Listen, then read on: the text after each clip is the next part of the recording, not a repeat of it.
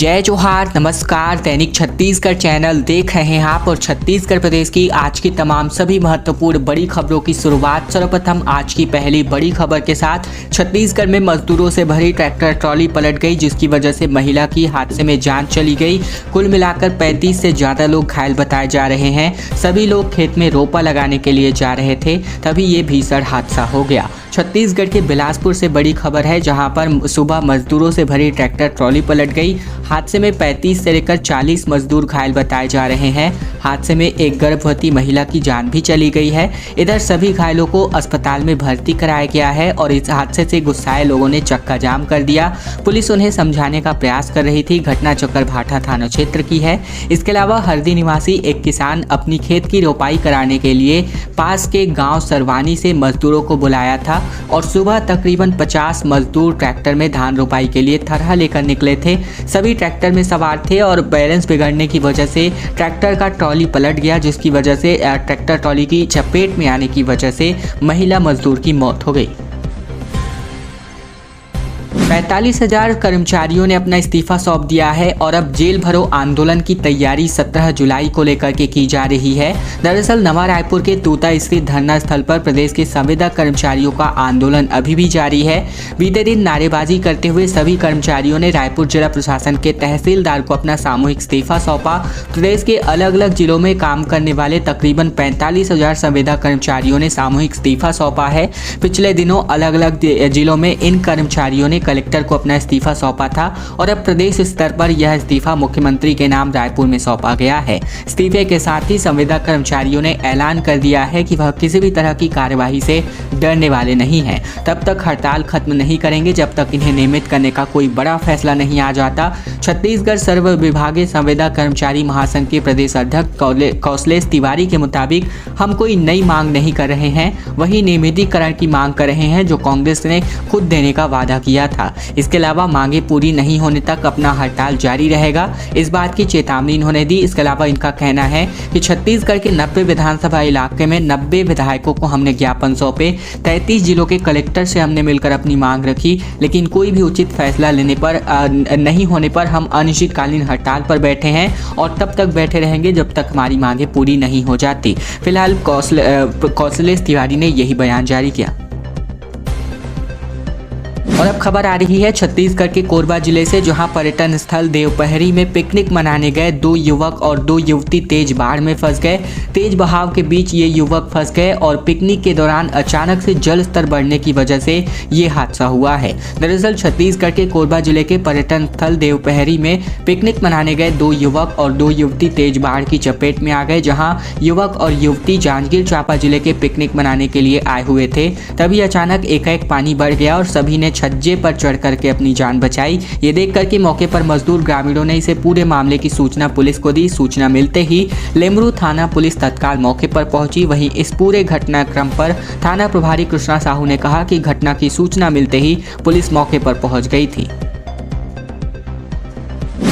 और अब 4 दिन का मानसून सत्र शुरू होने वाला है 18 जुलाई से, जिसमें विधायकों के 550 सवाल हैं। चर्चा के दौरान केवल 3 बैठकें ही प्रस्तावित है और अविश्वास प्रस्ताव भी इसमें लाया जाएगा। दरअसल चुनावी साल में राज्य सरकार का अंतिम सत्र केवल 4 दिनों का है।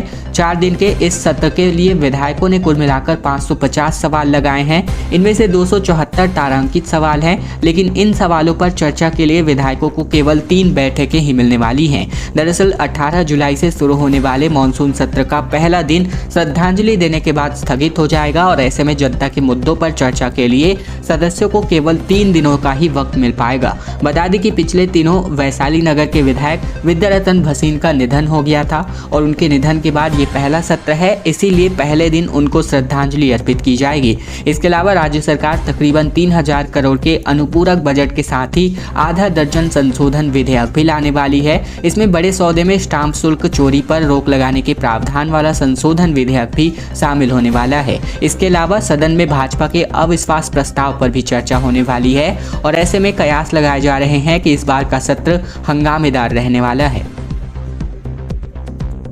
खबर दुर्ग से आ रही है, जहां दो समुदायों के बीच दंगा भड़काने की कोशिश की गई जो नाकामयाब साबित हुई। सतनामी समाज के मंदिर में दूसरे समुदाय का झंडा लगा दिया गया। सीसीटीवी में 3 आरोपी कैद हुए हैं।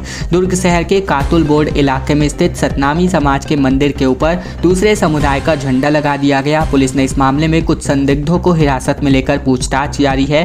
मोहन नगर थाना प्रभारी विपिन रंगारी के मुताबिक तकरीबन 12 जुलाई की रात देर रात कुछ युवक मंदिर में दाखिल होकर ऊपर चढ़े और वहां झंडा लगाकर भाग गए। पूरी घटना मंदिर परिसर में लगे सीसीटीवी कैमरे में भी कैद हो गई है।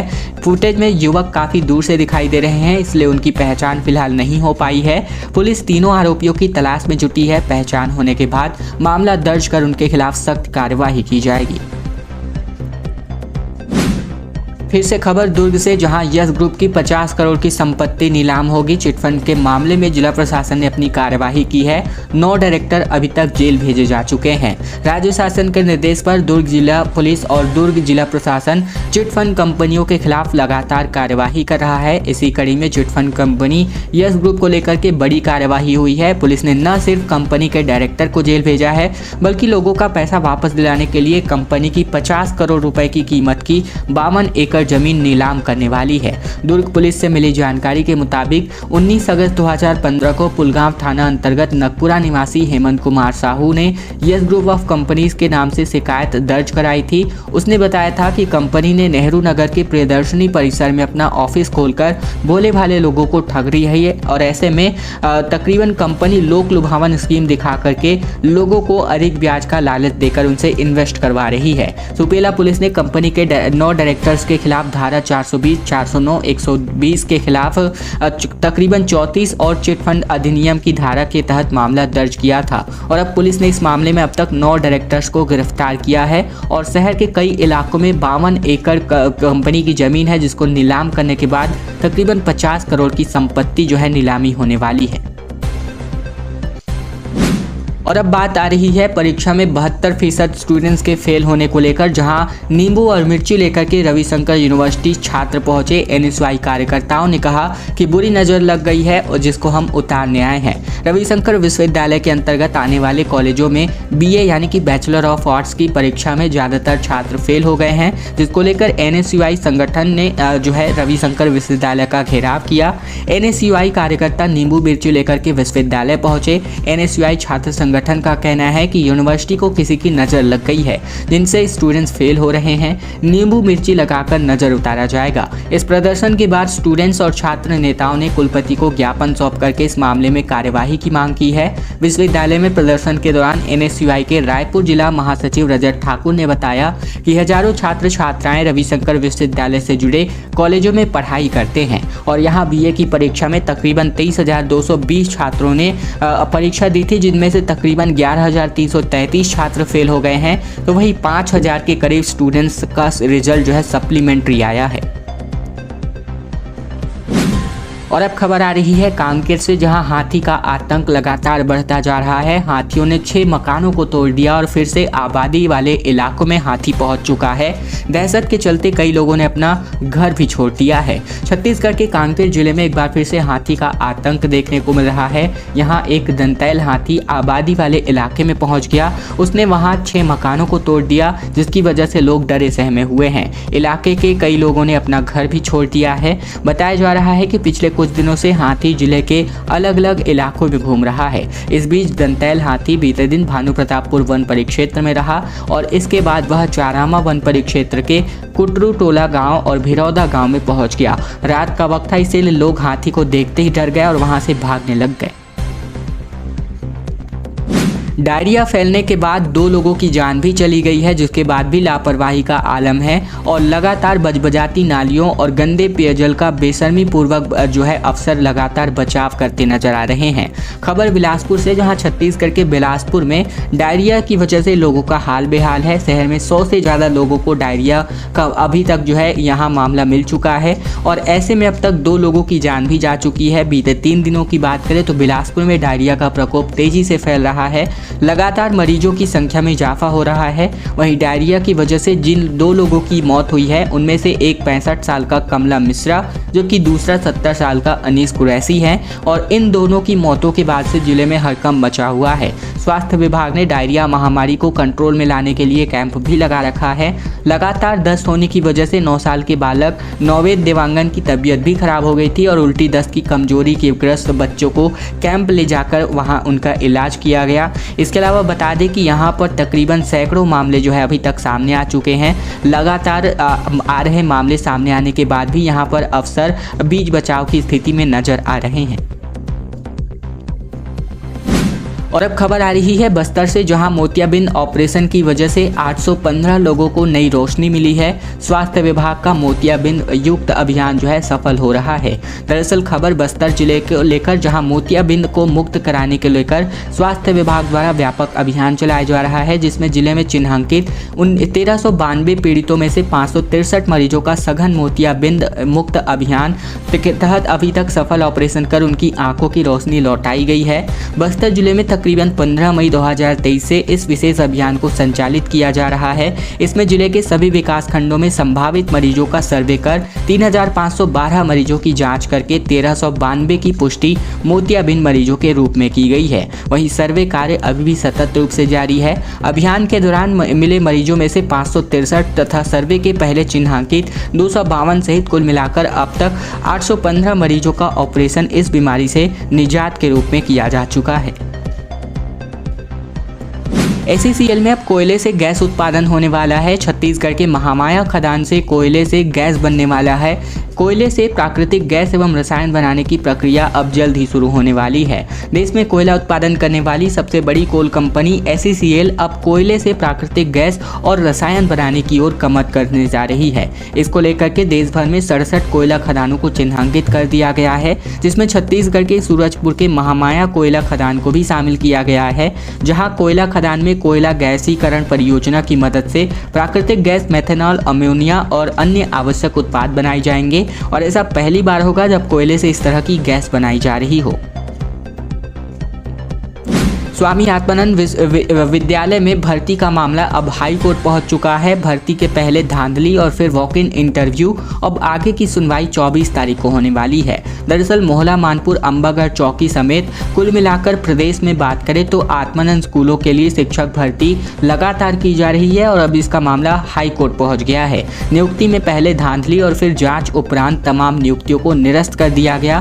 पुनः बेहद खामियों के बीच भर्ती को लेकर वॉक इन इंटरव्यू संपादन किया गया, परंतु हाईकोर्ट के निर्देश के चलते रिजल्ट घोषित नहीं किया गया है।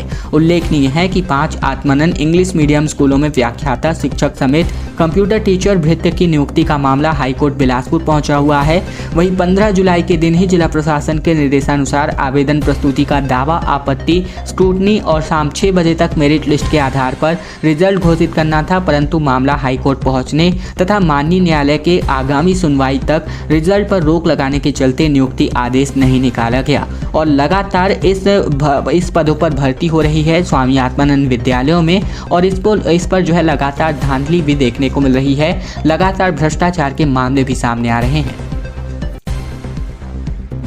दीपक बैज ने कहा कि कका अभी जिंदा है। PCC चीफ का इन्होंने पदभार संभाला और कहा भूपेश है तो भरोसा है। कांग्रेस कार्यकर्ताओं के बीच जम करके झूमा झटकी का माहौल देखने को मिला। दरअसल छत्तीसगढ़ कांग्रेस के नए प्रदेश अध्यक्ष दीपक बैज ने राजीव भवन पहुंचकर पदभार ग्रहण किया और मन से संबोधित करते हुए इशारा किया कि भूपेश बघेल के नेतृत्व में अगला चुनाव लड़ा जाएगा। इसी के साथ ही कहा कि इस बीच मुख्यमंत्री भूपेश बघेल, मंत्री मोहन मरकाम, मंत्री ताम्रध्वज साहू समेत पार्टी के कई बड़े नेता मौजूद रहे। इधर दीपक बैज दिल्ली से एयरपोर्ट पहुंचे तो कांग्रेस कार्यकर्ताओं की आपस में झूमा झटकी हो गई। दीपक बैज का स्वागत करने के लिए कार्यकर्ताओं में विवाद की स्थिति भी देखने को मिली। किसानों को साधने के लिए अब बीजेपी मिशन मोड पर नजर आ रही है। गांवों में जा करके अब किसानों से पूछेंगे कि आपको क्या चाहिए। इस बार बंद कमरे में घोषणा पत्र समिति की बैठक भी संपन्न हो गई है। दरअसल बीते दिन बीजेपी ने अपने चुनावी अभियान की सबसे अहम रणनीति की घोषणा पत्र समिति की बैठक में तैयार की। प्रदेश के प्रभारी और चुनाव प्रभारी ओम माथुर ने यह बैठक ली और इस बैठक में प्रदेश अध्यक्ष अरुण साव, घोषणा पत्र समिति के संयोजक विजय बघेल, पूर्व मुख्यमंत्री डॉक्टर रमन सिंह और प्रदेश सह प्रभारी नितिन नवीन समेत छत्तीसगढ़ के तमाम बड़े नेता मौजूद रहे। प्रदेश कार्यालय में आयोजित इस बैठक में यह तय किया गया कि घोषणा पत्र में आखिर ऐसी कौन सी बातें हों जिसके सहारे वोटर को भारतीय जनता पार्टी अपनी ओर खींच सके। घोषणा पत्र में कौन कौन सी बड़ी बातें होंगी, इसका खुलासा फिलहाल अभी किसी भी भाजपा नेता द्वारा नहीं किया गया है। और अब एक बुरी खबर, जहां तेज रफ्तार ट्रेलर ने बाइक सवार 2 व्यक्तियों को रौंद दिया, जिसकी वजह से एक की जान मौके पर ही चली गई। दरअसल रायपुर बलौदा बाजार मार्ग में बीती रात एक भीषण सड़क हादसा हो गया। बताया जा रहा है कि ये घटना खरोर स्थित एक गार्डन के पास की है, जिसमें एक ट्रेलर ने बाइक सवार 2 व्यक्तियों को रौंद दिया। हादसे के बाद एक व्यक्ति को इलाज के लिए ले जाया जा रहा था, लेकिन बीच रास्ते में उसकी जान चली गई। वहीं दूसरा व्यक्ति गंभीर रूप से घायल है। आपको बता दें कि तेज रफ्तार ट्रेलर ने बाइक से आ रहे राजू मिश्रा और विशंबर मिश्रा को अपनी चपेट में ले लिया। राजू मिश्रा 45 साल का था, जिसकी मौत हो गई। वहीं खरोरा से लगे मठ गांव के निवासी हैं। हादसा इतना भयानक था कि जिसमें बाइक पूरी तरीके से चकनाचूर हो गई है।